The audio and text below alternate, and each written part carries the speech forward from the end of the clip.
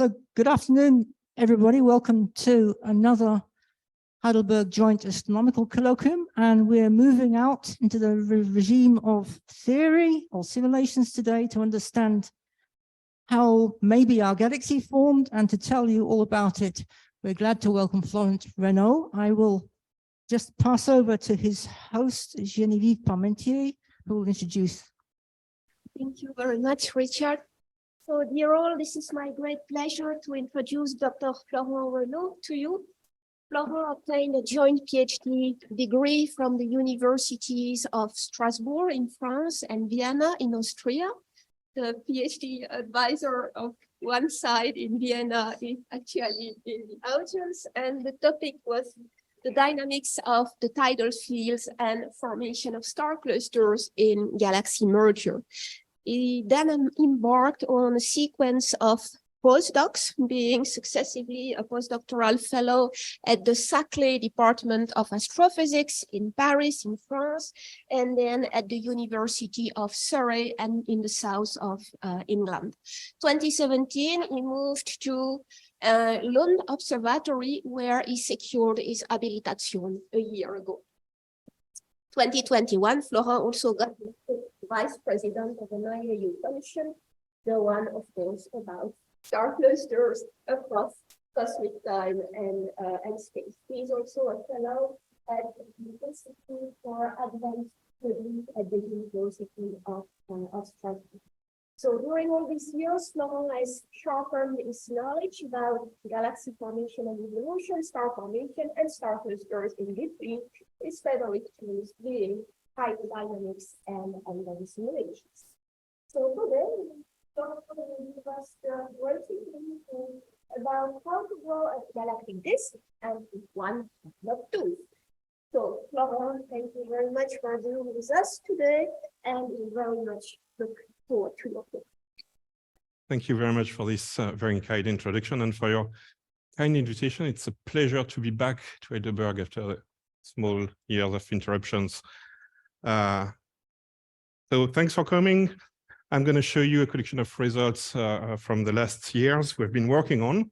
I want to highlight the contributions of my partner in crime, Oscar Gertz in Lund, our godfather, Alessandro Romeo from Gothenburg University, also in Sweden, and the heterogeneity team scattered a bit in Europe. So today I'm going to focus on something that emerged from this work, basically on how to grow a galactic disk. And I will not go into the controversy to tell you if there is one or two disks, but just to talk a bit more about Milky Way-like disk galaxies. So let me start with almost the end, and maybe not the conclusion of the talk, but my own personal perspective on what are the four edges of Milky Way-like galaxy. In my mind, which is oversimplified and a lot of shortcuts there, first, you start with a galaxy going through a child or pre-puberty stage, when some attributes are still missing. It doesn't listen to anything. Later, it will become a teenager, always hanging out with friends. It has a turbulent and explosive behavior,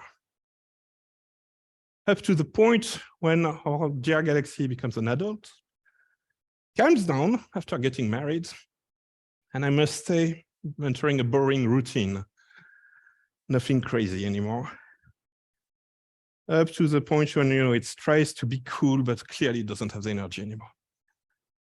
And then the last stage of galaxy evolution, which the Milky Way is not there yet, would be the senior stage, when it doesn't produce much more and is a bit hunched somehow. So it went through a morphological transformation.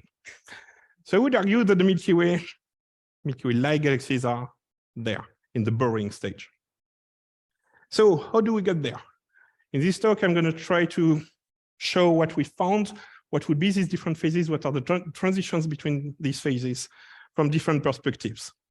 So if we want to understand how the Milky Way became the way we know and love it, let's try to rewind.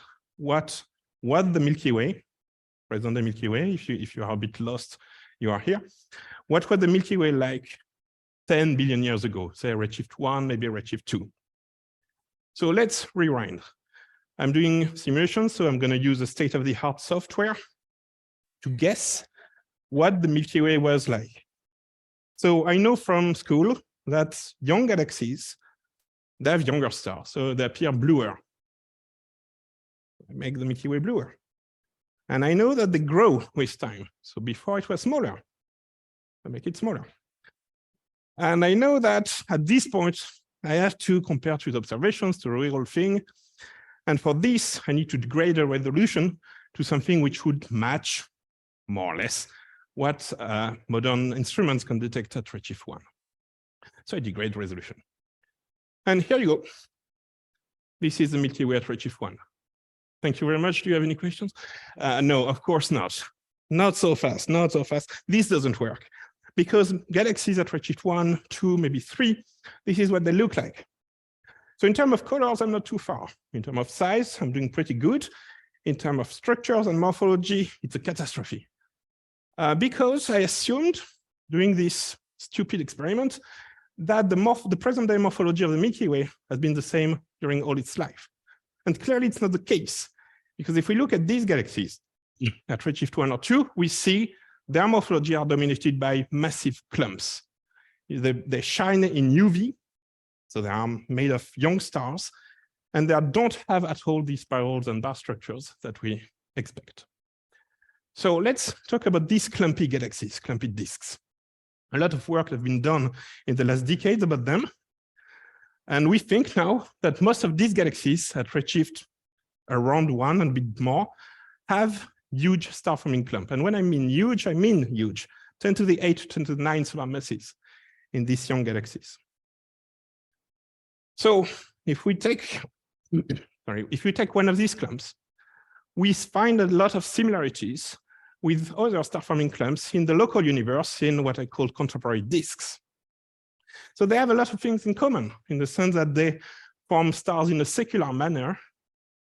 And this put these two galaxies on the main sequence of star formation. So these are, let's say, normal prototypical galaxies and star formation modes. But, and it's almost a paradox, these clumps also share properties with star forming regions in the local fireworks of star formation, like local starburst. In the sense that they have high turbulence, high surface density, and high star formation rate. And it's almost a paradox that you have both extreme cases of very violent properties and boring, secular, almost adiabatic evolution. So let's try to understand what makes this and why it happens. The first clue is that we see the clumps are found in galaxies with a high gas fraction.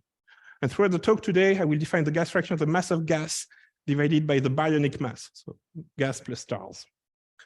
Okay, so that's clue number 1. We also know that the gas fraction decreases with redshift. Here you see in terms of molecular gas from the Phoebe survey, for example, you see how it decreases as a function of redshift. So this evolves. And we can plug that into observational surveys to deduce that most, if not all, Milky Way-like galaxies have had such a clumpy phase of when they were gas-rich. So in this redshift range, more or less, between 1 and 3. So a lot of theoretical works have been done on this topic. We have found across the years that clumps have an important role on galaxy evolution. For example, if they live long, they can migrate toward the center, merge together, and participate in the formation of a bulge of your galaxy. We also have learned that they play a special role in chemical enrichment. I'll come back to that a bit later. And also in the formation of a thick disk of galaxies. I will also come back later. Then we can think that these massive clumps are neutral sites for the formation of star clusters because they are massive, they are large, they are turbulent. And if you think that star clusters or globular clusters should be at high galactic latitude in the spheroid or in the halo, then you have a process to dynamically eject them in these very turbulent, hot disks. So there is a way to send them there. So then the question is, can we use everything that we've learned about the Milky Way clouds, star formation, and just export that to high redshift in these clumpy galaxies? everything that we have learned in the local neighborhood, in the Milky Way, in the local universe, can we extrapolate to higher redshifts? Well, to understand, to explore this option, what we have done in Lund is to run a suite of isolated galaxies. So no cosmological context for the moment. Here you see one. Here are the technical details. If you care, I will not bother with you. I will not bother you with this. So ask questions if you want. And what we did is to run this exact same simulations, exactly the same, changing only one thing, which is gas fraction. Exactly the same initial condition, exactly the same mass, size, etc., only changing the gas fraction from simulation to simulation. We run, I think, 20 simulations like this. I will only show you 3 for the sake of not talking until tomorrow. This one is 10% gas fraction. We also have in this talk 25 and 40% gas fraction. And when you see here in these movies showing the gas density, and that already you get an idea that the morphology inside the disks evolves very quickly and is very different. So let's have a look at that in more details. Here the map of the atomic gas for 10% gas fraction. I can do the same for molecular gas and stars. And this is basically what we are familiar with, what we expect. Spiral structures in gas, in stars also, giant molecular clouds. If you squint a bit, you see star clusters there, nice spiral structure. Everything looks normal. Now let's do the same at 25% and 40% gas fraction. Clearly here we have a difference. So the gas phase is much messier, complicated, but maybe if we focus on the stars are easy to look at. We have clumps, including massive clumps, also some smaller clumps, and are connected with elongated structures, but really not like the spiral arms that we have seen before. These structures are a bit weird. It's kind of right angles now and then. They're clearly not the same. So we can clearly tell apart low gas fractions, which form spiral structures, from high gas fractions, which form giant clump. And through the suite of simulations that we have done, I can be a bit more precise and tell you that the transition happens at about 20% gas fraction. So change in the morphology at 20%. This change we also see in the kinematics. This is work done by the master student, Florent Renaud, who is now doing a PhD in Switzerland. So she used different simulation with different gas fraction on the x-axis, and she will plot the vertical velocity of the stars at birth. So even before any evolutionary aspects. That's what she finds for high gas fractions. These gas-rich galaxies, which are CLUMPY, provides a high velocity dispersion, 25, 30 km per second, to their young stars. But this is only true for high gas fraction, because this drops around 20% when you get to the much more usual values for the Milky Way-like of a few kilometers per second. So this change in the morphology, we also see in the kinematics. So then we want to understand what is causing that. And the first thing that comes to mind, if you want to understand the change in the structure of the disk, is to look for instabilities. So actually, the first letter that comes to mind in such a case is Q. This Safronov-Turmeric Q parameter that is in every textbooks. Just to refresh your mind, the ratio between everything that goes against collapse, rotation of the disk and pressure, and everything that promotes collapse, gravity. Except that if you do the full derivation of these parameters, you have to make some assumptions, including 3 critical ones. The first one is that your disk is axisymmetric. I can live with that. Okay. Second one, your disk is rather thin, 2D. That's not really realistic. It's kind of a problem. Third one, your disk is either 100% made of stars or 100% made of gas, but never a mix between the two. And this is terribly unrealistic, especially for exactly what I'm playing with, which is the ratio between gas and the stars with this gas fraction. So that's confirmed. I want to say one more time that nobody should use this parameter. It's bad. It doesn't work. The Q equal 1 is physically meaningless. So instead, let's use another criterion. I'm using the Roman-Fallstadt parameter, which comes from Q. So I'm going to steal it, put it in this weird sum, so kind of geometrical mean, and I'm going to sum up over the different components in my galaxy: atomic gas, H1, molecular gas, H2, and stars. And I can do that with as many components as I want.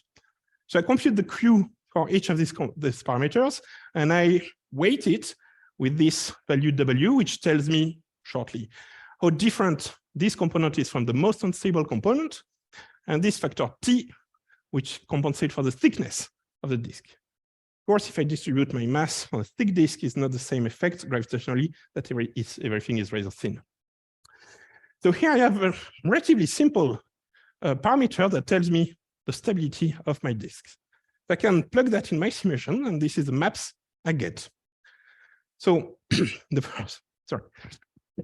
first thing we notice is that the range of values doesn't change so much, but the area covered, or the distribution of values, varies dramatically between the gas poor and the gas-rich 2 cases again. We can stare at this map for quite a long time. Actually, it did, and it was quite difficult to interpret anything from this. So let me play a different game. I have here 3 different components playing a role on this stability. So let's play with that. Here in these very ugly looking maps, I'm telling you what is the component driving the instability. If you're in yellow region, instability driven by the stars. In purple, it's by atomic gas, and in green by molecular gas.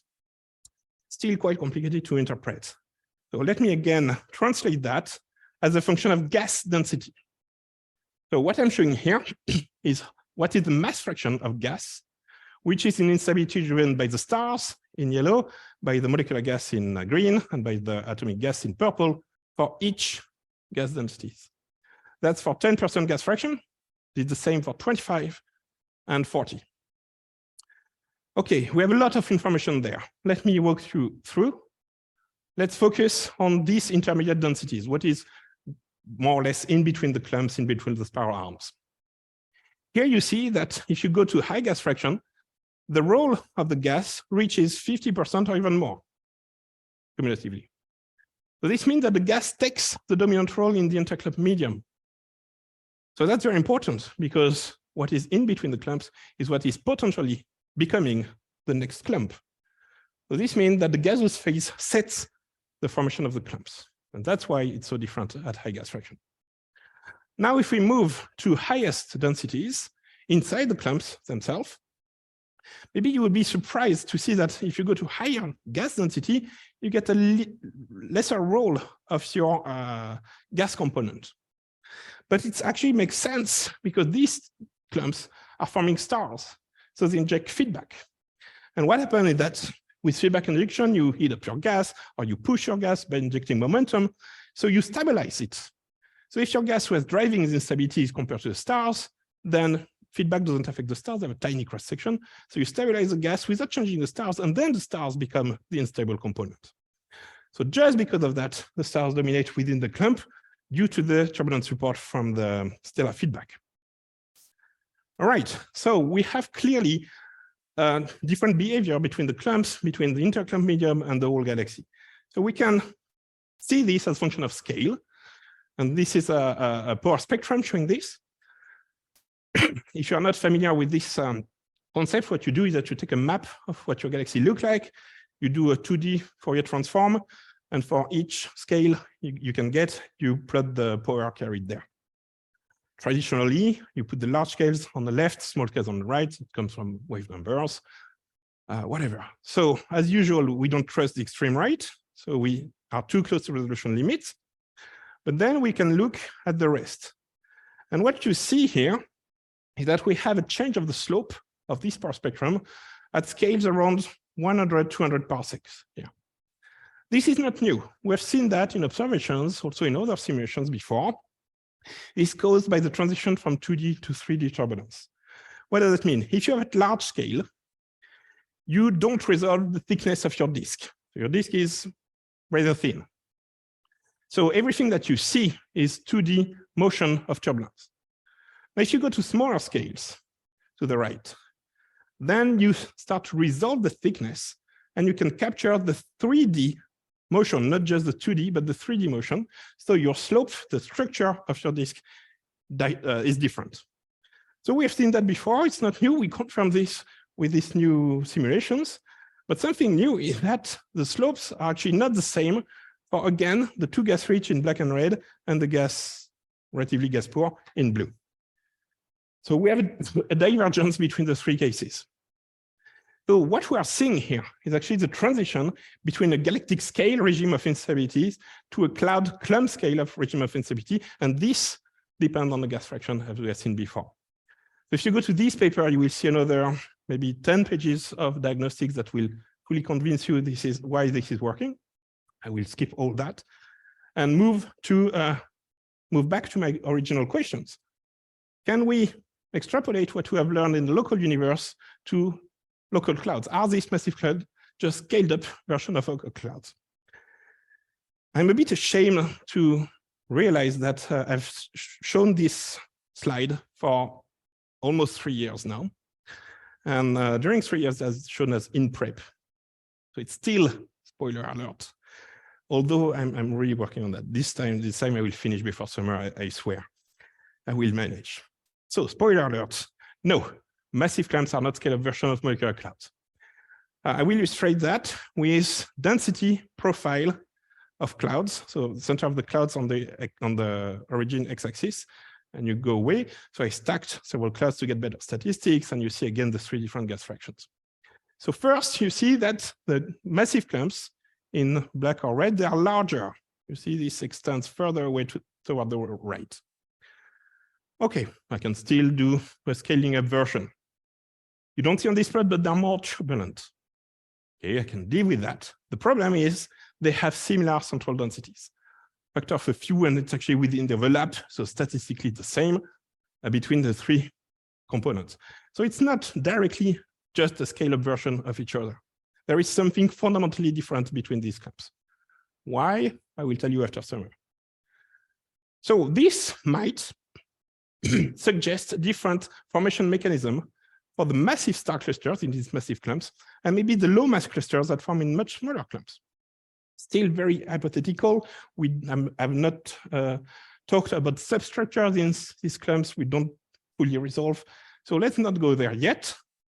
But in any case, he could tell me different ways for chemical enrichment of the galaxy and also chemical self-enrichment within these clumps. And this has been indirectly seen in the past. Why that? Look, chemical enrichment 101. I'm not saying that you don't know about that. I'm saying that I don't know about that, and I need to refresh my mind. So, okay, that's the arrow of time. I start at t equals 0, have an episode of star formation, and then the stars inherit the chemical composition of the clouds. Cool. After a few million years, let's say on average 10 million years, the massive stars, core collapse, goes type 2 supernovae, and they release a lot of things, including alpha elements. So a result from the fusion of helium-4, like oxygen, magnesium, titanium, etc. We'll focus mostly on oxygen in the rest of the talk. I'm probably offending a lot of people working on that. I know I take a lot of shortcuts. It's just, I don't understand all the details, and I don't need all the details for my argument. So bear with me, please allow me to take all these shortcuts. A bit later, we don't really know how much, it depends on many parameters, but the other big families of supernovae will go off. Type 1a supernovae, when you have a binary and you transfer the mass. So these things takes longer. You are at a later stage of stellar evolution, which means that you have produced heavier elements, including Fe, nickel, etc., etc.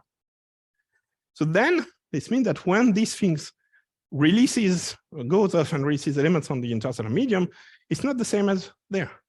So we have an evolution in a chemical composition of this little packet of the universe. I start with something not enriched, so original chemical composition. Then I move to something enriched in alpha, and then something enriched in both alpha and Fe elements. So I can use that to learn about the formation history of my galaxy. And a lot of people have worked on this, in particular in the context of Milky Way. So you see here a classical abundance plot when you have the metallicity on the x-axis, Fe over h, and one alpha elements divided by Fe's, that's for enhancing the contrast, on the y-axis. Every point here is the star of the Milky Way seen by the apogee survey, sorry. And basically what comes out of many works is that these stars gather on a high alpha over Fe sequence, high up, which corresponds or seems to match thick disk, kinematically hot disk, and mostly old stars, which means more than 10 billion years, so from before redshift 1. We also have a lower over alpha over Fe sequence, which corresponds to stars mainly on the thin disk, kinematically cold and younger. And you have a lot of debates, are these things continuation of each other, do they overlap, etc., etc. But that's a rough summary. And of course, you have all the mess in between made of halo stars, probably coming from dissolving satellites. All right, so that's observations. Let's go back to simulations and what people have seen during simulation of galaxies. They can decently reproduce these features. So here, Adam Clark, De Battista and collaborators, they see this evolution as a function of time. Sergei Koperskov, Michael Wood, Paola Di Matteo, they see they do different flavors of this, and they also retrieve this kind of bimodality in the two sequences.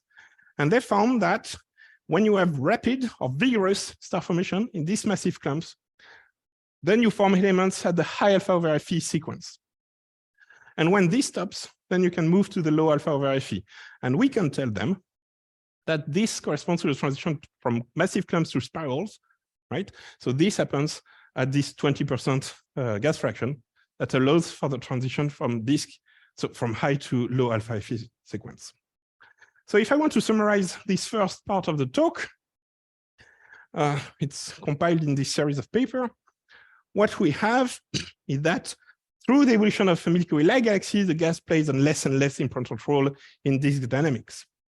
The regime of instabilities shifts from being clump dominated to being disk dominated, and star formation activity calms down. So if I summarize that, I go from thick disk to thin disk, I go from kinematically hot to kinematically cold, and I go from high alpha to low alpha over Fe. Exactly what we want to explain in the Milky Way. Except that everything I showed you so far, all the simulations I showed you, are for isolated galaxies. And guess what? The Milky Way is not isolated. So that's why we have to use another type of simulations to complement these works. So I'm introducing, maybe for the first time, or maybe you have seen that before, the Vintergatan simulation that we ran in Lund. Vintergatan is a Swedish name for the Milky Way. Literally, it's a winter street. The street you can see on the sky during the long, dark, and cold and boring nights of winter in Sweden. It's a cosmological zoom-in simulation of a Milky Way-like galaxy, including a lot of things like the last major mergers and a lot of different physics. We have looked at many different aspects. I will just focus on a few today, mostly what we're missing from my isolated simulations. So let's start with the effect of mergers. Okay, so here we have on the x-axis the time in this weird log 1 plus z unit. If you prefer and look back time here and get billion years of redshift, Big Bang is to the right, present day to the left. So the first panel at the top is the depletion time. So how fast I'm burning my gas reservoirs to form stars, how fast star formation is. So at the bottom, fireworks of star formation, very intense. At the top, boring, slow, adiabatic, secular way. At the bottom, it's my old hobby. It's tidal compression. It's what happened when you overlap two gravitational potential during interactions. You get very negative values from the tides. So instead of stretching the matter, you compress it. And that matters a lot because then you get high densities and potentially you form stars. This is what our simulation Vintergatan is doing. Kind of a mess. Let me walk you through. First, let me indicate when the major mergers are taking place. The point line, the dotted line are the first passage, dashed line are the final coalescence of two galaxies with the Milky Way progenitor. And you can see that the major mergers trigger starbursts, so short depletion time, a drop in this top panel every time you have a major merger. And this coincides with a strong tidal compression, so very negative values. Same thing we've been saying already with Christian more than 10 years ago.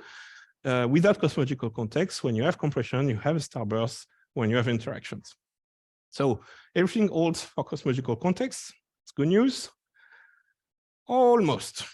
Not exactly. It works well in this time window. There is nothing later because we don't have a major merger, a late one. So, okay, nothing.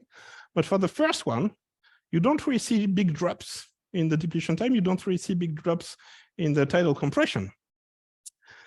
Why that? Because for this link between interaction, tidal compression, and starburst to happen, you need a large-scale, coherent response of your entire galaxy, almost.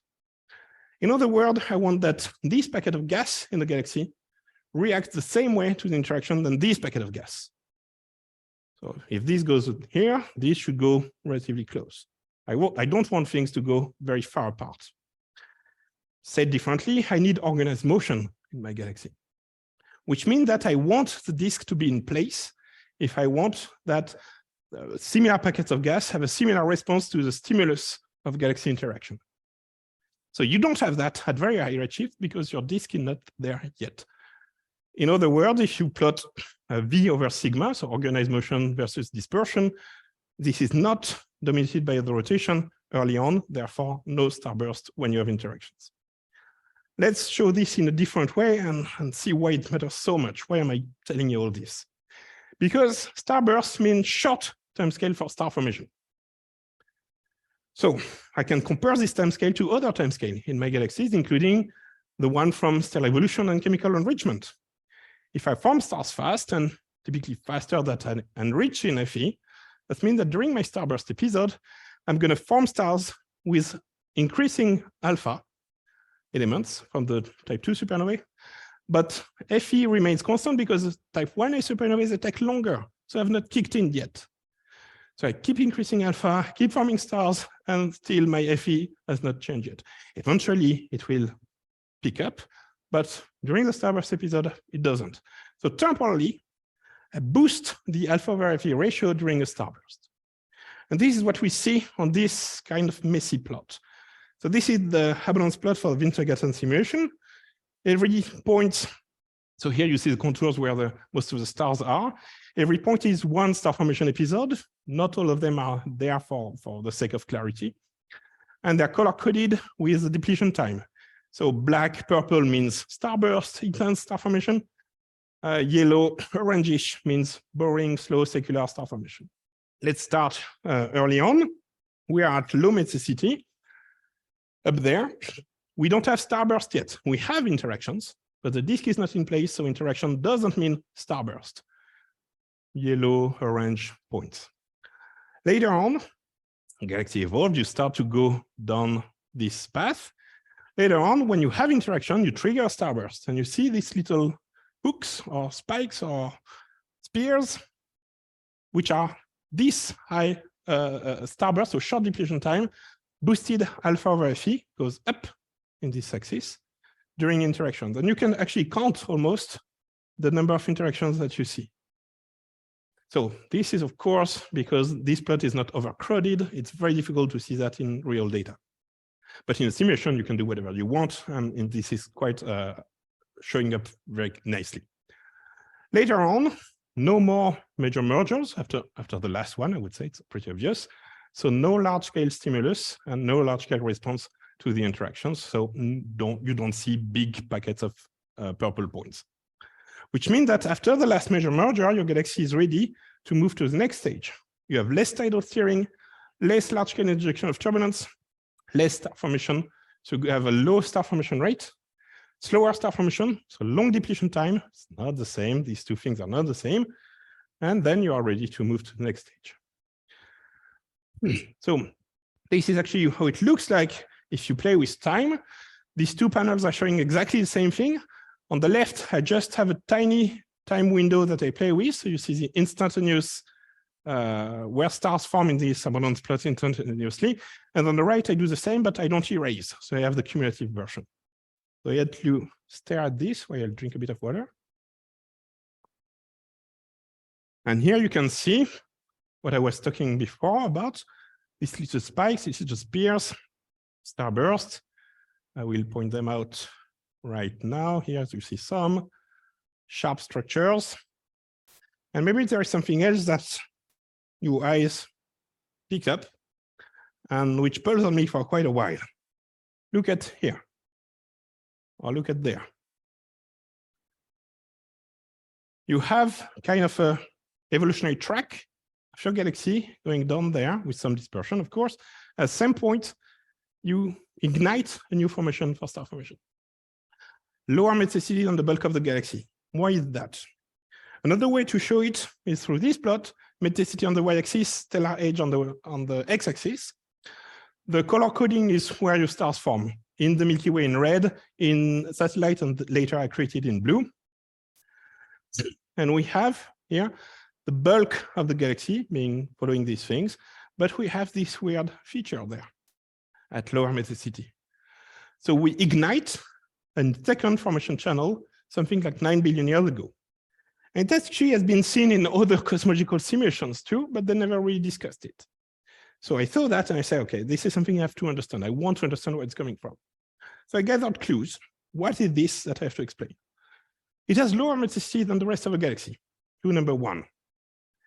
It's happened at the epoch of the last major merger that you see here with this vertical line. Clue number two. But it's not made of accreted stars. So it's not the last major merger itself, because it's red. Clue number three. And maybe what puzzled me the most is it connects seamlessly to the rest of the disk.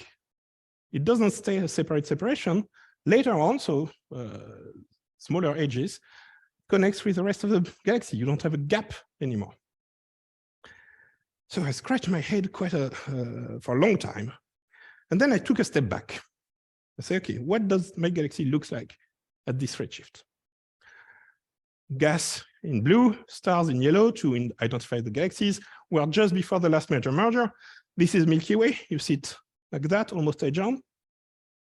Up there is the last major merger coming in. And we have these big structures around the Milky Way, which is actually a tilted disk, gas disk, misaligned with the Milky Way. Let me help you visualize that. I'm not changing the time, I'm just moving the camera around. This is what the structure looks like in 3D. So you see the Milky Way, almost edge on now, and you see this almost horizontal structure, which is tilted.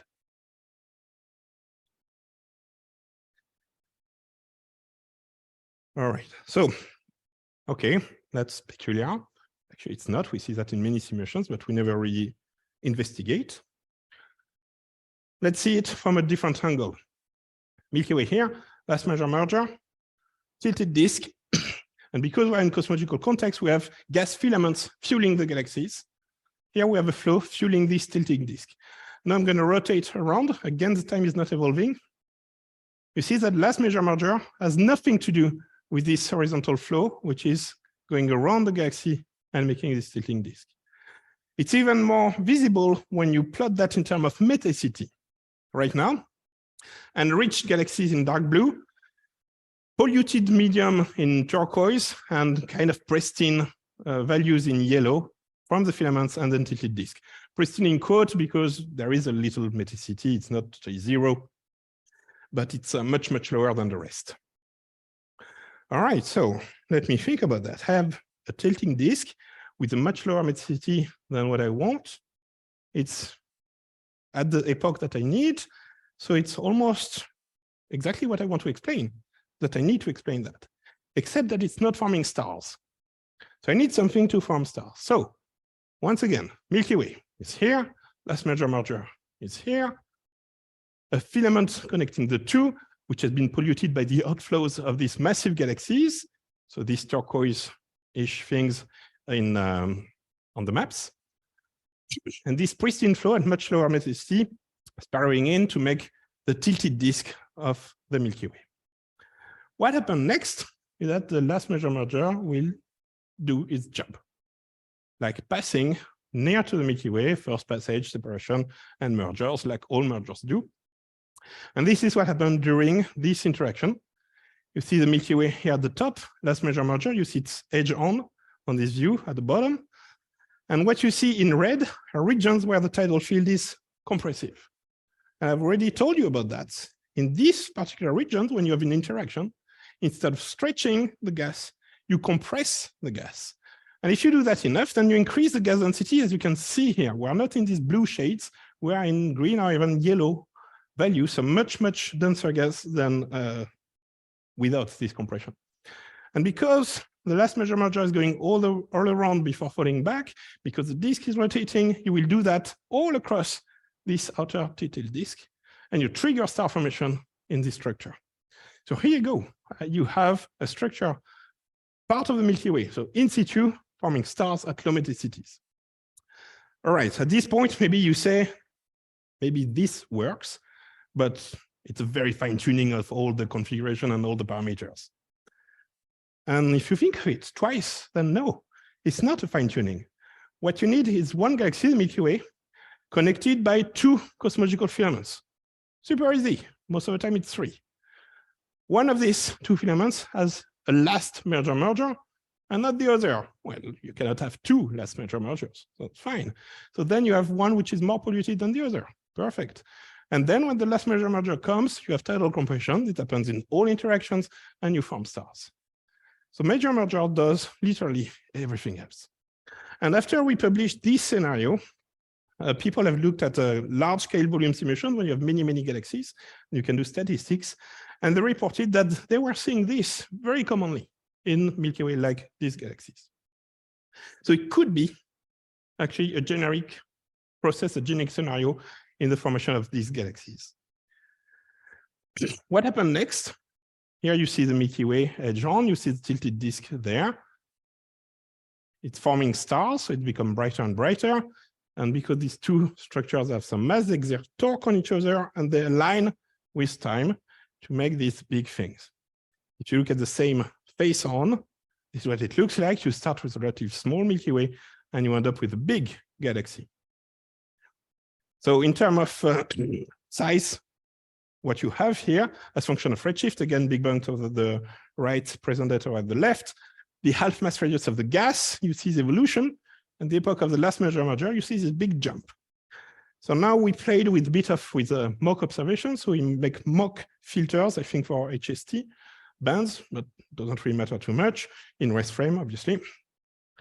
We have the Milky Way here. We have some satellites around, a lot of dust lanes before, during the last major merger. So we are just at the point when the second galaxy is coming back, after and later. All these images are the same scale. So you see how this galaxy grows inside out drastically at the time of the last major merger. So can this thing be detectable? This is what the simulation tells us, the raw data from the simulation. If I apply very naive error bars from present day surveys, this is what I expect with typical observational errors. I show you the error bars there. It's very naive, right? No selection function, no nothing like that. If I know what I have to look for, okay, maybe there is a little bit of a gap here, not sure. And maybe there is a little bit of a deficit of stars here that could be the signature of the tilting disk. If I know what I want to look for, I can find it, but it's very difficult. And again, without any selection function, etc. Now, if I'm dream of large-scale astroseismology survey, which will give you much, much better stellar ages, then this is what it looks like. So I reduce the observational errors, again, a bit naively, just to be quick.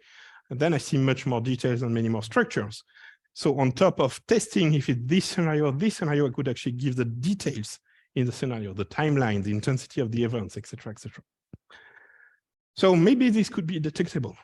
I would even go as far as saying, yes, actually it has been detected. While I was making these plots the exact same day, I was explaining that here we have the bulk of the galaxy with inner and accreted structures. Here we have the outer galaxies that come from this tilted disk.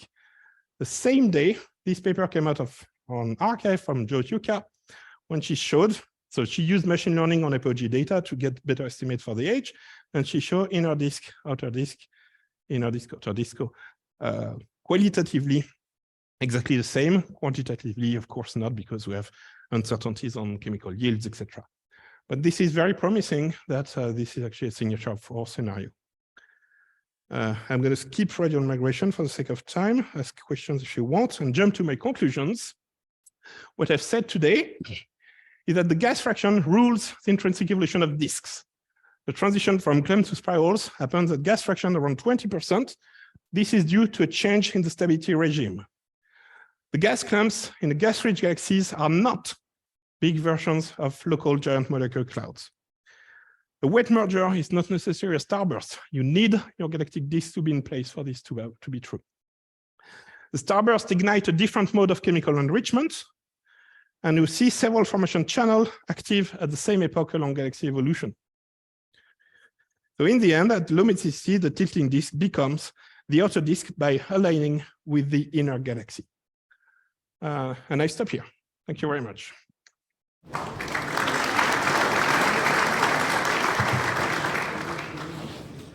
Thank you very much, Florent, for this very spectacular simulations showing all these structures. I think we'll probably have questions both from the Zoom and the floor.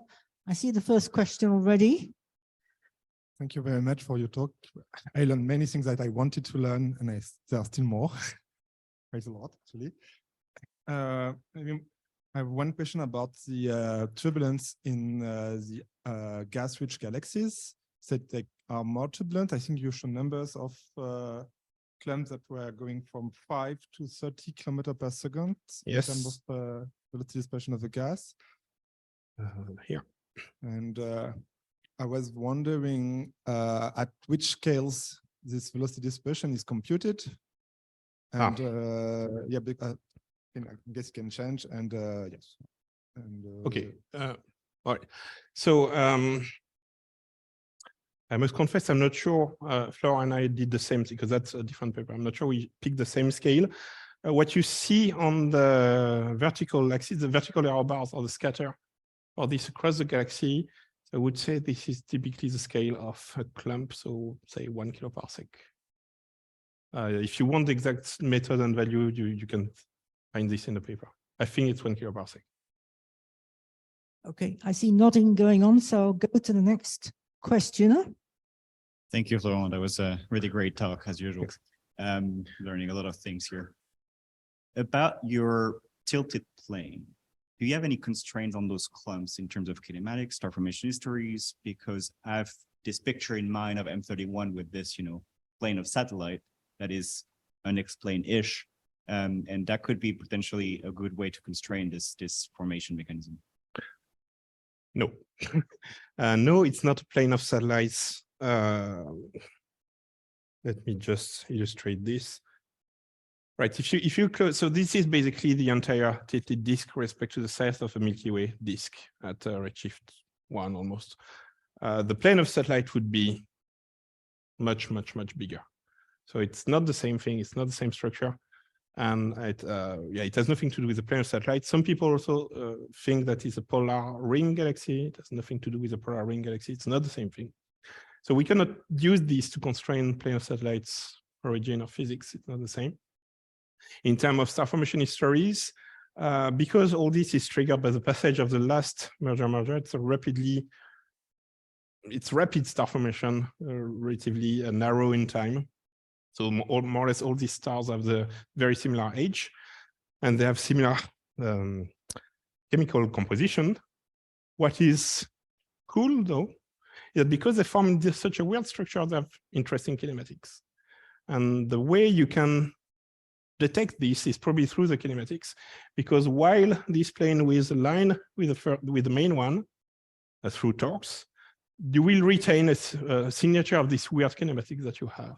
And you can actually find some retrograde orbits coming from that. So this actually has a lot of things in common with gaseous Enceladus stars. I'm not saying this is how you make gaseous Enceladus, but it has things in common with this. Okay, that answers the question. Thank you. Keith Delamont has a question. Yeah, also thanks from me. It's a very nice talk. I found it rather puzzling to hear that the outer and the inner disk so quickly on orbital, in units of orbital timescale, so quickly align. What is the origin of this quick alignment? I mean, I'm more from the protoplanetary disk community. We also see disks that are in inner disk and outer disk that are misaligned, but they stay misaligned for very long. I haven't really looked into this.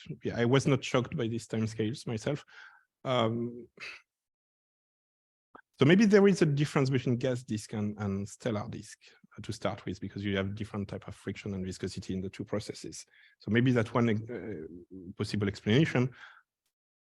Maybe there is the role of the smaller satellites that are around that could help, but I think it would be a bit fine-tuning. So to be honest, I don't know what makes this timescale. I didn't look in the detail of that. You still see a sort of misalignment like warps at the end at this point, but it's not totally finished. But you know, it takes 2 billion years. So you mentioned in the previous compressor part, significant stuff in there, and a bit more visible in the special features of that. Are these easily or what they would get? So Because of the extra compression.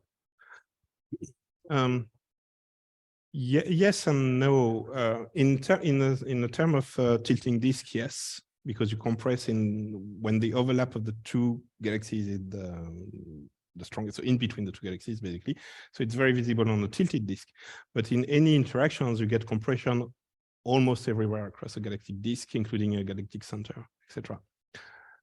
So the signature of this is you cannot distinguish it from other processes of star formation, except that it's really fast star formation. So it's characteristic of starbursts.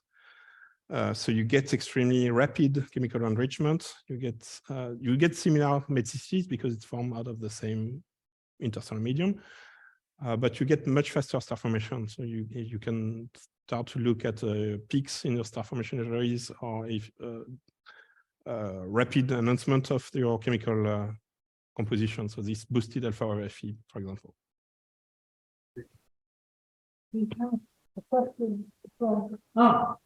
So the question was if we could identify signature of the compression that makes that boosts the star formation in the Milky Way.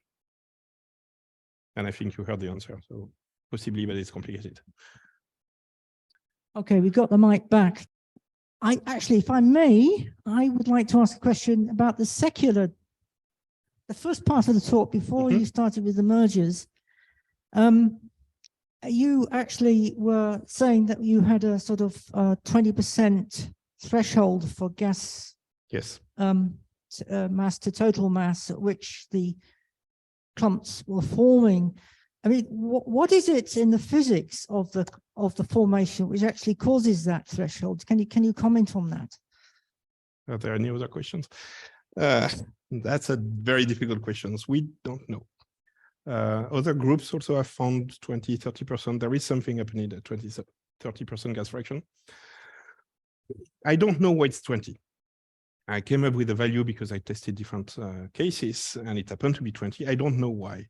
What makes the transition is because the regime of instabilities changes from something which is, let's say, textbook to more like instabilities of a spiral galaxy that makes spiral structures. When you have more and more gas, what makes the spiral structure, which is stellar instabilities, is playing a less and less important role. The gas dominates. So then the regime of instability is not going to be the same. And it happened that this regime of instability has a different dependence on the physical scale. So I have, in some version of this talk, I have an explanation that takes several slides because it's a bit tricky. But basically, if you write down your dispersion equation for your instabilities, you have a scale dependence for the gravity and the pressure term. And depending on the index of this dependence, the power law index of the dependence, you will get a different reaction to if you go to smaller scale or larger scales, if you are in spiral mode or if you're in clump mode. So you will grow different mode of instabilities because the gas is driving them or because the stars are driving them. Right. Why it's 20%, I don't know. Okay, and just a little bit of a addendum on that. I mean, you've got a 12, I think you had a 12 parsec resolution in these, yes. roughly speaking. Ah, yes, Yes. it's written there. Of course, star clusters that we see are much more compact when Yes. they're younger than that. I mean, but nevertheless, same observe the initial stages of length. Now, do you expect if you were to have the higher resolution that you'd actually reduce the structures of young star clusters? I want to say yes, but I should say no. Because if we are honest, we don't know star clusters form. We don't know what makes star formation special to form massive star clusters that say bound. We don't understand that. I want to, what could be a possibility if I had much higher resolution and if, and you know, you have to adjust your subgrid recipes if you increase resolution up to the point when you go star by star almost. It's possible that inside a massive clumps, you will have substructures. So you have subfragmentation that share a common envelope almost. Yeah. And some people like Andy Burkert have seen that in their simulations. We're not sure we're seeing this. And then you could have substructures, maybe that merge and you have hierarchical formation of star clusters. Maybe you have one clump polluting the other. Maybe you have slight differences in stellarages. Maybe you explain something, right. Multiple star populations. I think we're still quite far away from making reliable predictions on this. So it's probably along this line that we have to go, but we have to be careful. So I just profit to ask last question. If I guess you have in your suite a simulation that the gas fraction which is similar to the end gas fraction of your Wintergarten Milky Way-like galaxies? 10%, yes. How different it is, especially in terms of turbulence and velocity dispersion? Yeah, I see where you're going. Is turbulence driven by cosmological inflows, etc.? Yeah, I should have prepared for this. I haven't looked at that into details. Yeah, basically, maybe I should make a quick summary for the rest of the people. Maybe you're not working on that. There is a kind of a debate or maybe controversy to understand if the main source of turbulence and the ejection scale of turbulence is driven by the accretion of gas through filaments or through gravity. And also feedback, sorry. And it's not clear which is which. And if you ask someone or someone else, that you will get a different answer. I haven't looked at that in details. Driving scale of turbulence in top one on the bucket list of things we have to do, or to-do list, not bucket list. So I will have the answer in a few months, I suppose.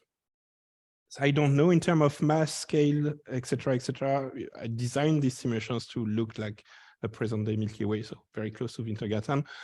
The structure is more or less the same. Maybe you have noticed we don't have a very nice bar, which is a common problem in cosmological simulation, in some cosmological simulation, which you don't understand. But there is not a big bar here. In terms of turbulence, I have to come back next year to give you the answer. It will be a pleasure to come back. Okay. Sorry. Okay, well, thank you very much, Florent.